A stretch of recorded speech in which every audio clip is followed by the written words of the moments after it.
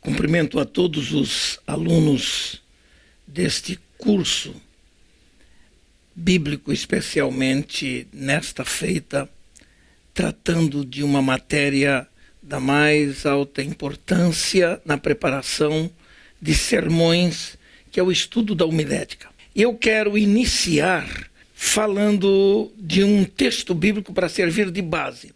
Como todo pregador baseia a sua mensagem no texto bíblico, que é a base principal de tudo que ele prega, eu quero começar com a leitura de um texto bíblico do apóstolo São Paulo na carta aos Romanos.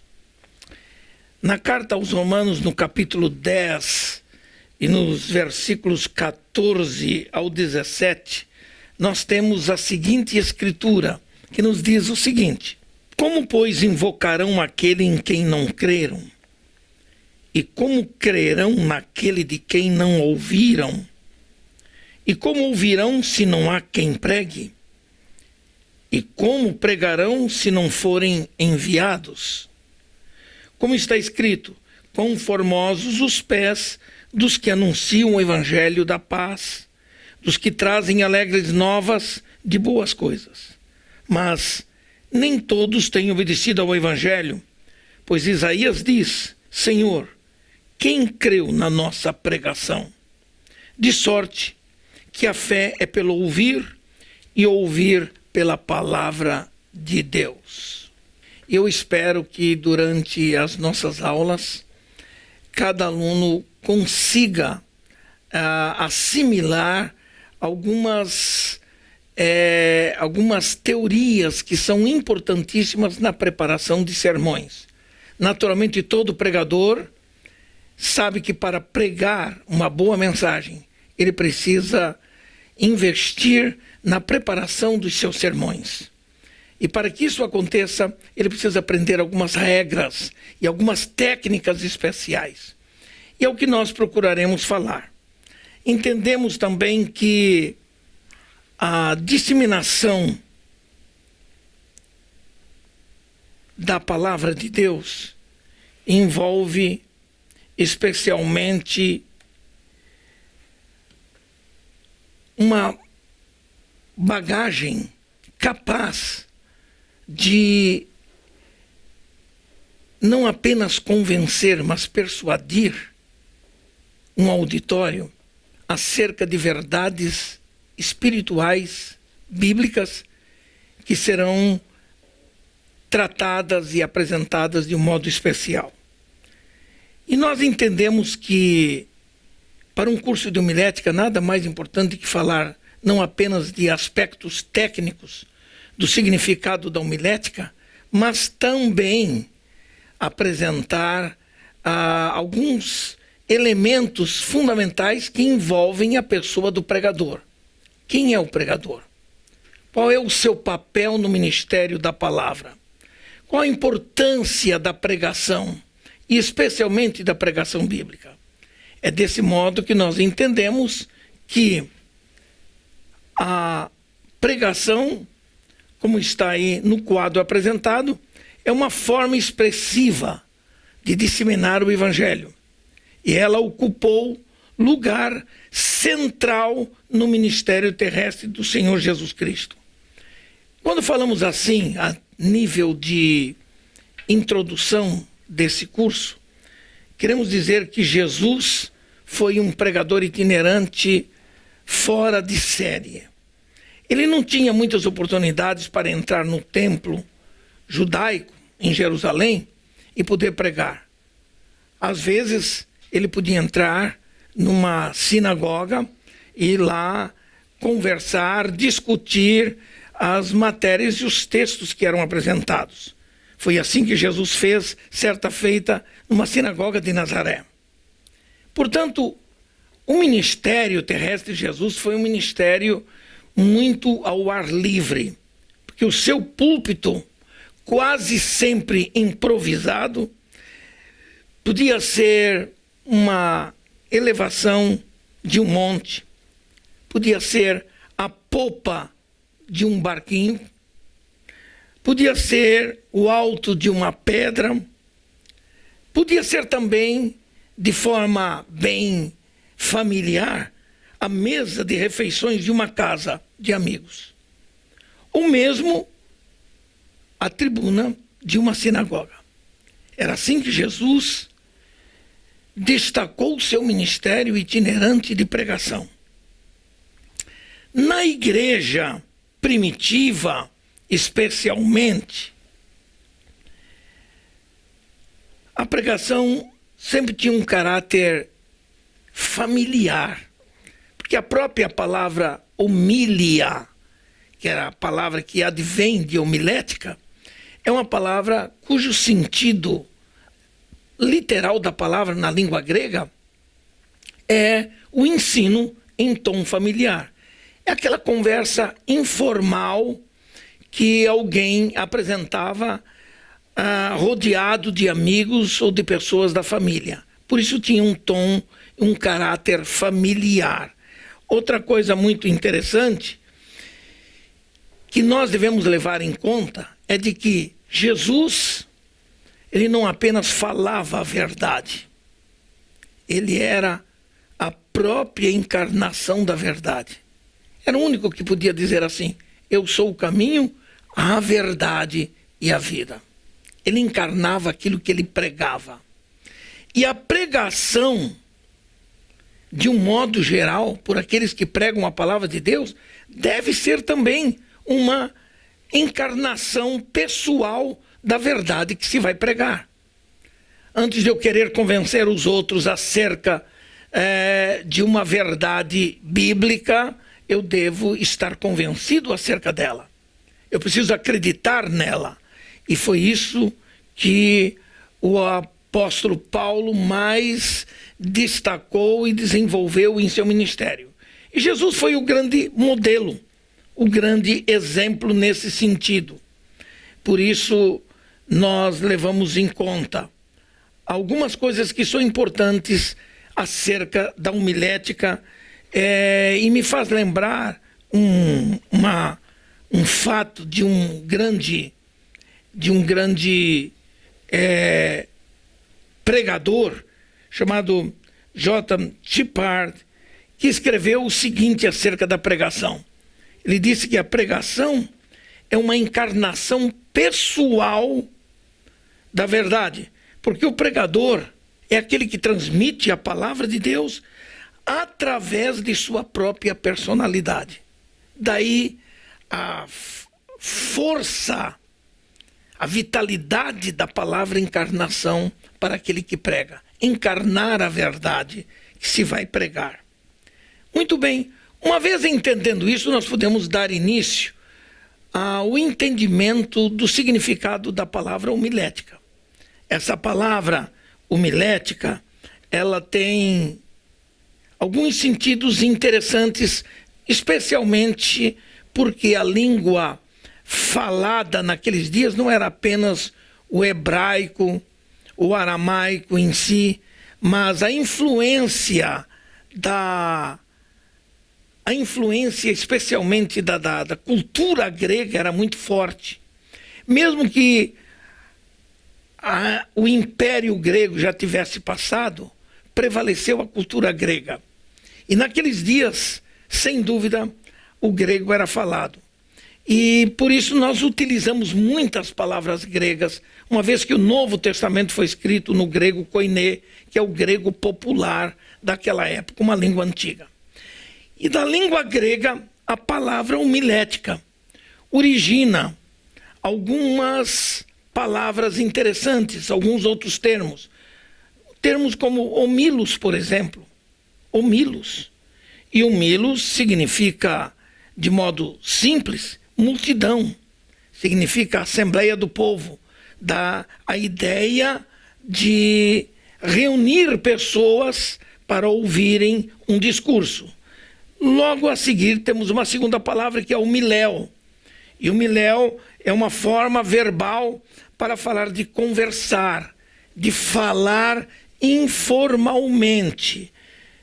A seguir, em terceiro lugar, vem a palavra homilia, que tem um caráter mais técnico, e a ideia é exatamente a de ensinar em tom familiar. Por último, aparece também a palavra homilética, de onde vem a palavra homilética na língua portuguesa, que dá a ideia de palestra ou discurso fixo, eloquência para falar.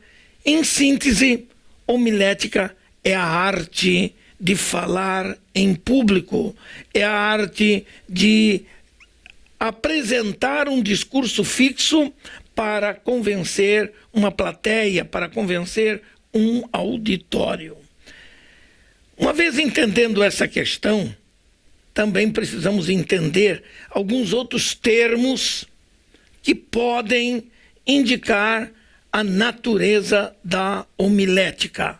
Por exemplo, a palavra evangelizo, ou evangelizo, como aparece na forma original do grego, que significa levar a boa nova.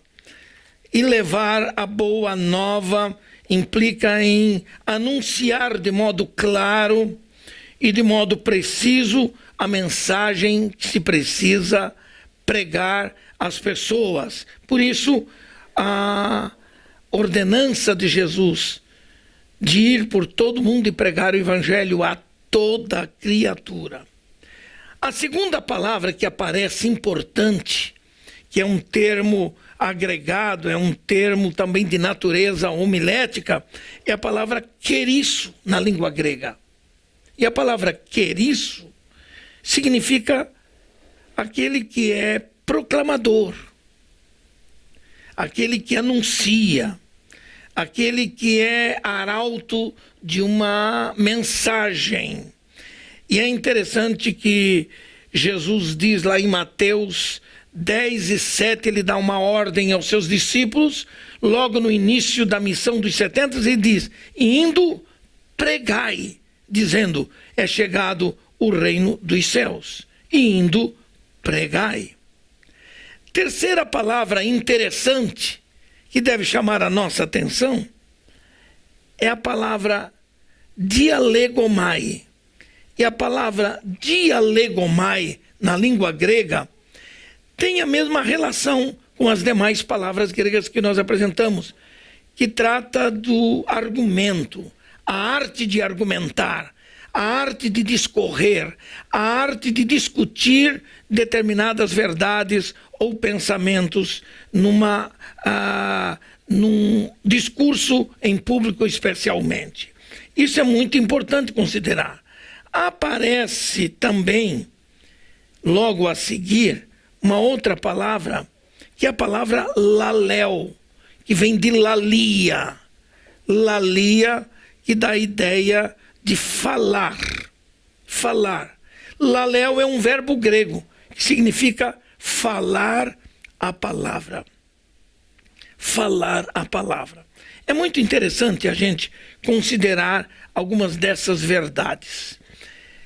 Para entendermos toda essa ligação e conexão de palavras gregas com a palavra homilética, em síntese, nós podemos entender pela definição científica e técnica da palavra homilética o verdadeiro sentido da palavra homilética. E o que é exatamente? Ciência que ensina os princípios fundamentais dos discursos em público. Outra coisa interessante para a gente considerar também é que existem, dentro do campo do estudo da homilética, 3 elementos chaves que são fundamentais. Esses 3 elementos chaves começam inicialmente com um deles, que é a oratória. A oratória é fundamental para quem deseja falar em público, porque ela aprimora a arte de falar em público, ela corrige erros de linguagem, e essa arte de falar em público se caracteriza em várias formas conhecidas no mundo que vivemos. Quando ligamos a televisão, eu gosto especialmente daqueles filmes que envolvem os discursos não apenas de políticos, mas os discursos dos grandes advogados. a capacidade que eles têm para argumentar suas defesas, suas ideias. E a oratória envolve esses aspectos. Ela tem um caráter acadêmico, ela pode ter um caráter forense, de fórum, ela tem um caráter político, a popular e a religiosa. Nós aqui neste curso estamos tratando da forma especial que é a forma religiosa. Como aprender a pregar a palavra de Deus de forma persuasiva, de forma clara, para que nossos auditórios nos entendam, nossos auditórios compreendam e sejam levados, induzidos a tomarem decisões importantes em suas vidas. A segunda palavra ligada também à palavra oratória é a palavra eloquência. E a eloquência tem muito a ver também com o temperamento do pregador. Cada pregador tem seu temperamento típico, mas é fundamental que a eloquência ela pode ser aprimorada, ela pode ser trabalhada. É aquela faculdade adquirida ou aquela aptidão natural do homem para persuadir, para convencer com as palavras, aperfeiçoada essa eloquência ou não pela arte de falar em público. Esse é um elemento importante. Ligada a essas duas, oratória e eloquência, nós temos também outra palavra que é fundamental, que é a palavra retórica. E a retórica é o estudo teórico e prático das regras que desenvolvem e aperfeiçoam o talento natural da palavra. A retórica tem a capacidade de corrigir os excessos, fazer com que uma pessoa não apenas fale demasiadamente, sem limites, mas que fale de forma a corrigir a sua fala num sentido, dando um sentido especial. Se ele tem uma frase com 20 palavras, ele ter a capacidade de reunir, de juntar e dizer a mesma ideia, a essência do mesmo pensamento em, quem sabe, em 8, 10 palavras. Esse é um aspecto importante da oratória. 3 elementos fundamentais. 3 elementos chaves da homilética. Se a homilética é a arte de pregar e de falar em público, ela requer essas 3 coisas no seu aperfeiçoamento: oratória, eloquência e retórica. Outra coisa muito importante para a gente levar em conta é o que eu mostro aqui como segundo ponto principal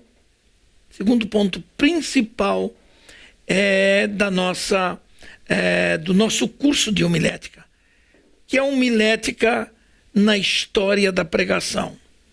Naturalmente, não adianta eu conhecer regras e teorias acerca da preparação de um sermão sem perceber que a Bíblia ela traz a história dos grandes pregadores que se destacaram na história bíblica.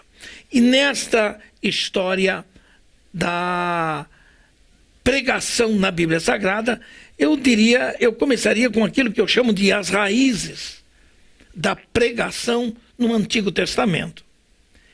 E vou apenas citar alguns nomes. E nós temos 3 nomes importantes aqui que devem chamar a nossa atenção: Enoque, Noé e Moisés. Enoque foi chamado profeta. Lá em Judas 14, nós temos um texto que comprova isso aí. Noé foi o grande pregoeiro da justiça, o pregador da justiça de Deus. Homem que anunciou o dilúvio, a sua geração, e aquela geração não quis aceitar. Salvou-se ele, sua família e os animais que foram colocados dentro da arca. Lá em 2 Pedro, capítulo 2 e versículo 5, nós vemos esse destaque de Noé como pregador de justiça. Um terceiro pregador, que não era dos melhores em termos de eloquência, porque ele mesmo chegou a confessar ter a língua pesada para falar e preferia utilizar o seu irmão no sentido de levar a palavra principalmente ao faraó, quando pedia a libertação do povo de Israel do Egito, da escravidão egípcia.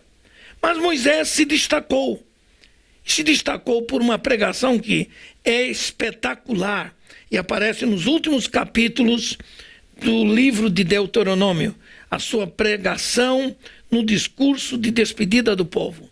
Moisés não apenas foi inspirado, mas ele nos dá um show à parte do conhecimento que ele tinha de Deus na sua própria vida e na capacidade de despertar o sentimento e o coração do povo de Israel para continuarem a marchar na conquista da terra prometida. Isto é um aspecto muito importante também. Outra coisa que me chama a atenção na história da pregação na Bíblia Sagrada, nós temos vários nomes que se destacam. Entre eles, os profetas. Os profetas, por si só, eram agentes da fala ao povo de Israel, aos reis, às autoridades constituídas especialmente. E os profetas profetizavam daquilo que eles ouviam da parte de Deus. Portanto, por isso eles eram pregadores. Eram pregadores em função disso, porque emprestavam seus ouvidos para que Deus lhes passasse a mensagem e, através de sua própria personalidade, eles então transmitiam essas verdades de Deus ao povo que precisava ouvir ou aos líderes que precisavam ouvir. Outra coisa muito importante, dos profetas que se destacam, nós temos, por exemplo, Elias.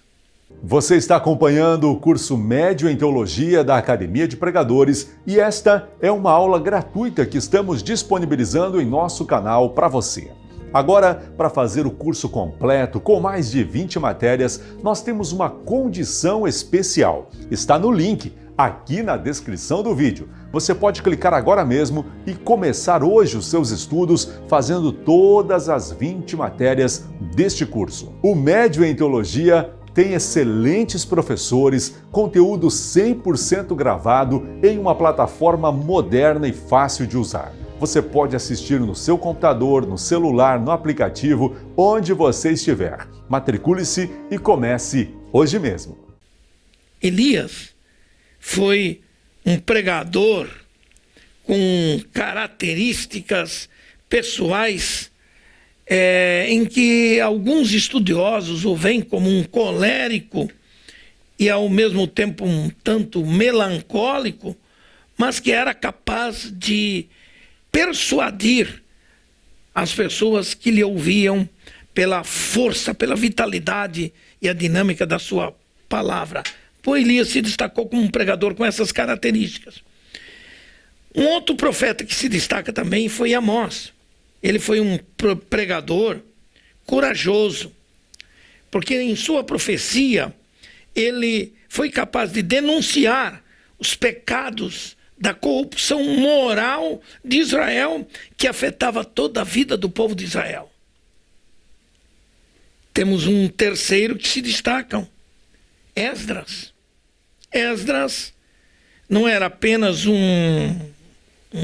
escriba, um elemento voltado apenas para as letras, mas ele era um homem de um grande conhecimento intelectual, mas ele tinha uma característica um pouco fleumática.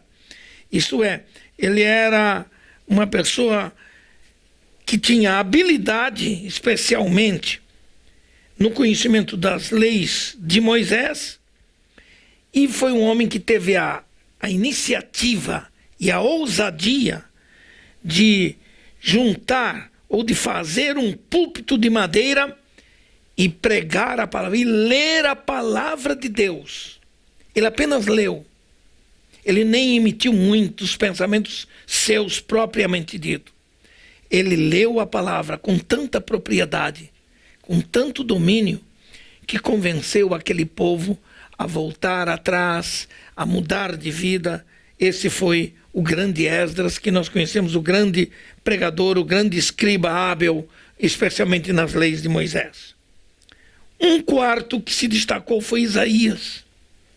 Isaías, pregador messiânico, um dos pregadores mais citados, não apenas pelos escritores do Novo Testamento, mas pelo próprio Senhor Jesus Cristo. E nos tempos modernos, sem dúvida, os pregadores modernos não podem fugir à linguagem especial de Isaías, proclamando a Jesus Cristo como Messias prometido não apenas ao povo de Israel, mas também ao mundo como o Salvador de todos os homens. Foi um pregador messiânico que anunciou a vinda do Messias para salvar o seu povo. E diz a história que ele foi, por causa da sua mensagem, da sua ousadia, diz a história que ele foi martirizado durante o reino de Manassés. Um outro nome interessante é o nome de Jeremias. Jeremias é conhecido como profeta das lágrimas, que chorava pelo seu povo e chorava pelo seu Deus. Um homem corajoso suficientemente para denunciar o pecado de Israel num período drástico, difícil, de desintegração, especialmente do reino de Judá. Foi uma história que, se Israel pudesse tirar dos anais da sua história, tiraria, especialmente aqueles que pertenciam ao reino de Judá. Entretanto, ele foi esse homem corajoso, que sofreu tremendamente em função da sua pregação corajosa para denunciar o pecado de Israel. Em sexto lugar aparece também Ezequiel. Ezequiel foi um profeta no período do exílio babilônico. E a sua mensagem tinha um caráter escatológico, especialmente para com o povo de Israel. Ele teve a coragem de descrever profeticamente a destruição e a restauração de Israel em todo o seu livro. Quando a gente se depara com capítulos como o capítulo 36, 37, em diante do livro de Ezequiel, onde nos deparamos com a grande visão do Vale de Ossos Secos, nós podemos imaginar a riqueza não apenas metafórica de linguagem que Ezequiel utilizou para ilustrar o que Deus pensava acerca do povo e o que Deus faria com aquele povo na sua história. Ezequiel foi um pregador fora de série nesse campo da escatologia. Logo a seguir vem outro, que foi Zacarias. Zacarias, ele aparece entre os 12 profetas menores, que foi capaz de não apenas pregar ao povo a necessidade do resgate das prioridades espirituais para que o povo restaurasse sua vida econômica, moral e espiritual. Mas ele foi capaz de fazer isto com muita firmeza, com muita ousadia, com uma linguagem muito direta, muito objetiva. Foi um pregador espetacular nesse campo.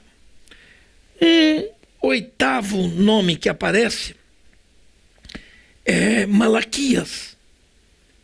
Malaquias foi o pregador que exortou ao povo de Israel para que se reconhecesse o senhorio absoluto de Jeová, para que esse povo voltasse a prosperar.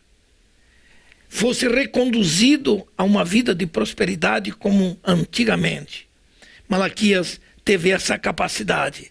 É no livro de Malaquias que nós temos um incentivo ao dízimo e às ofertas alçadas que são apresentadas até mesmo nos tempos do Novo Testamento como uma doutrina importantíssima para a verdadeira prosperidade, não apenas material, mas espiritual daqueles que servem a Deus. Em nono lugar, aparece Abacuque.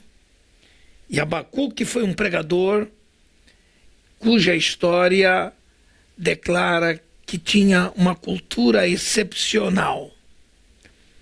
Ele pregava, na verdade, poetizando.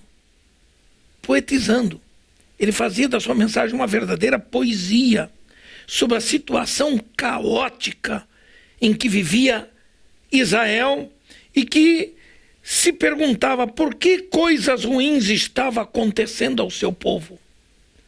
Nessas interrogações que ele faz a Deus, ele mesmo dá as respostas posteriormente para mostrar que o pecado do povo fez com que Deus se entristecesse, Israel pagasse um preço caríssimo exatamente por não dar o devido lugar, a primazia a Jeová, o Deus único e verdadeiro de todo o povo de Israel. E por último, aparece entre os pregadores na história do Velho Testamento, Miqueias. Eu podia citar tantos outros ao longo da história do Velho Testamento. Dei destaque apenas a alguns. E aqui está mais um deles, importantíssimo, Miqueias. E Miqueias é um homem que se destaca na leitura do seu livro, do livro escrito por ele, como um pregador de estilo simples e vigoroso ao mesmo tempo. E um homem que tinha a coragem suficiente de empregar figuras de linguagem, metáforas especiais que pudessem representar o estado espiritual do povo, especialmente que aconteceu no 8º século antes de Cristo.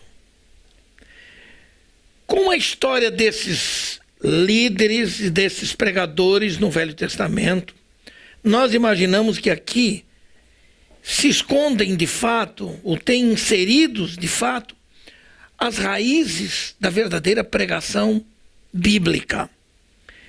Quando a gente vai para o Novo Testamento, a pregação no Novo Testamento destacam-se muitos pregadores. Mas eu vou dar destaque apenas a 6 deles que são muito importantes. Vamos começar com João Batista, o pregador do deserto. Um homem que atraía pelo seu estilo de vida, homem que comia gafanhotos e mel silvestre e se vestia de forma rude, ia para os desertos e no deserto ele atraía multidões para ouvir suas mensagens corajosas, denunciantes do pecado e da caosidade espiritual do povo de Israel nos dias em que ele viveu. João Batista, o pregador do deserto. João, capítulo 1, versículo 8, nos fala acerca dele. E de forma muito especial, que vai além de qualquer comparação, o pregador itinerante mais extraordinário, chamado Jesus Cristo. Jesus Cristo. Ele foi um pregador fora de série, porque ele não apenas sabia falar às multidões, demonstrando conhecimento técnico da cultura que certamente ele tinha recebido não apenas judaica, mas da cultura grega, a romana. E porque ele era simplesmente Jesus, o Filho do Deus vivo. Por isso, ele não apenas se destacava falando das multidões, reunindo 4, 5, 6, 7 mil pessoas, mas era um homem que entrava numa casa, assentava-se a uma mesa para comer pão e era capaz de apresentar os pensamentos mais ricos, mais fantásticos, que levavam e induziam as pessoas a pensarem, a raciocinarem melhor sobre suas próprias vidas. Jesus, o grande pregador itinerante, o exemplo acima de qualquer outro exemplo. Um terceiro nome que se destaca aqui, e é muito interessante, é o nome de Pedro. Pedro não parecia ter qualquer tipo de cultura acadêmica. Ele era culto, sim, porque ele não era analfabeto. Ele tinha uma formação básica para poder ler e escrever. E tinha conhecimento das Escrituras. Mas era apenas um pregador. Era um pregador intrépido. E um pregador que revelou as suas verdadeiras qualidades culturais de conhecimento das Escrituras logo depois do Pentecostes. Um dos sermões mais extraordinários, mais fantásticos, apresentados no Novo Testamento, foi apresentado por Pedro lá no capítulo 2. A sua mensagem foi tão convincente, é claro, que não dependia apenas da sua capacidade convincente, da sua capacidade de oratória em público, não. Dependia, acima de tudo, da unção do Espírito Santo para a palavra que ele apresentou naquele discurso. Mas, inevitavelmente, duas coisas estavam em conexão, estavam juntas. O conhecimento que ele tinha das Escrituras e a ação do Espírito Santo para dinamizar e para lembrar daquelas verdades. E o seu conhecimento das Escrituras foi capaz de surpreender a todas as pessoas que ouviram. O fruto de tudo isto foi a conversão e a decisão de quase 3 mil pessoas que agregaram-se à igreja. Eu vi um pregador há pouco tempo dizendo uma coisa que eu concordei com ele, que a igreja, enquanto tinha apenas 120 pessoas, era fácil de ser pastoreada. Mas quando, de repente, aumentou com mais 3 mil, a missão se tornou muito mais difícil de pastorear. E é interessante isso aí, levar a palavra, convencer as pessoas, resolver os problemas sociais, os problemas espirituais que envolviam a vida das pessoas que aderiram e que aceitaram a mensagem pregada pelo apóstolo Pedro. Um outro pregador destacado no Novo Testamento foi Estevão. O seu discurso e a sua mensagem no capítulo 7 de Atos dos Apóstolos é um espetáculo. É um espetáculo de coragem, um espetáculo de vigor, um espetáculo de inspiração. É bem claro que sua mensagem provocou o ódio dos seus inimigos e dos inimigos do novo grupo que se formava, que nem tinha um nome exatamente ainda. Era conhecido os do caminho. Não era nem conhecido como cristãos. A palavra cristão veio muito tempo depois. Mas esse novo grupo já revolucionava. Por onde havia um cristão, um crente em Cristo Jesus, alguma coisa acontecia de novo. E Estevão foi o homem que pagou o preço da própria morte, sendo apedrejado pelos seus inimigos, mas como mártir do cristianismo, o primeiro mártir do cristianismo, ele deixou muito viva a importância do vigor, da ousadia, da coragem para se pregar a palavra de Deus. Em quinto lugar, aparece Paulo. Paulo. E que dizer de Paulo? Que falar de Paulo? A história diz que Paulo não era um pregador do tipo Pedro, por exemplo, capaz de fazer com que as multidões quase que delirassem ao ouvirem. Paulo era um arguto em algumas áreas de conhecimento, mas o seu conhecimento era tão forte, a bagagem cultural que Paulo tinha da filosofia grega, do pensamento romano, e ainda pelo fato dele ser um fariseu, criado aos pés de Gamaliel, indicava um homem que tinha uma cultura espetacular. Tão espetacular que eu considero Paulo como o verdadeiro construtor da teologia do Novo Testamento. O que não desmerece o trabalho dos demais apóstolos que escreveram. Mas, indiscutivelmente, são as cartas e as epístolas de Paulo os escritos que mais influenciaram a formação e a construção da teologia cristã. Paulo, portanto, foi um pregador convincente, que pasmava a todos os que lhe ouviam pelas suas argumentações. Ele era um homem espetacular. E um elemento da sua geração que se destacou foi Apolo. Apolo foi um pregador culto e talentoso, que onde chegava atraía multidões, atraía a atenção das pessoas, não apenas pela sua cultura, mas pela capacidade persuasiva que ele tinha para convencer as pessoas acerca das verdades espirituais.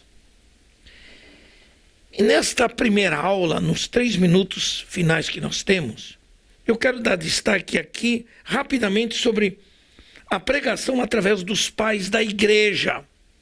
Nós já vamos mais adiante, pegando desde o 2º, 3º século da era cristã até os tempos atuais. Vou citar apenas João Crisóstomo, chamado Boca de Ouro, que foi um pregador extraordinário, de uma oratória espetacular, nos anos 343 a 407 depois de Cristo. Um outro nome que se destacou foi Ambrósio. E Ambrósio foi um ardoroso pregador do 3º século da era cristã, anos 370 a 397 depois de Cristo, que foi considerado o pai na fé de Agostinho.